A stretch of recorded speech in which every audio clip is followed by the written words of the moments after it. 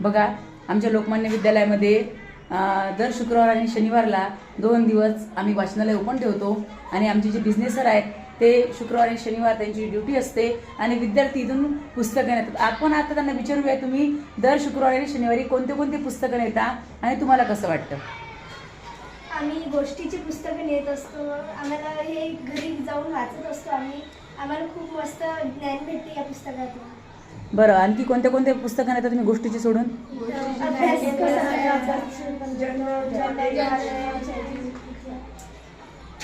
कसा रिस्पॉन्स आहे सर विद्यार्थ्यांचा? विद्यार्थ्यांचा चांगला रिस्पॉन्स आहे. घरी जाऊन पुस्तक वगैरे वाचतात, ते नंतर रेग्युलर वापस करतात. आणि पुस्तकांची जे निगा आहे म्हणजे फाटलं नाही पाहिजे, त्यासाठी तुम्ही काय हे घेता, काळजी घेता? त्यांना जपून ठेवत असतो. त्यांना जास्त फाटले नाही पाहिजे म्हणून इकडे तिकडे न ठेवता नीट चांगल्या जागी ठेवतो. बरं, ठीक आहे.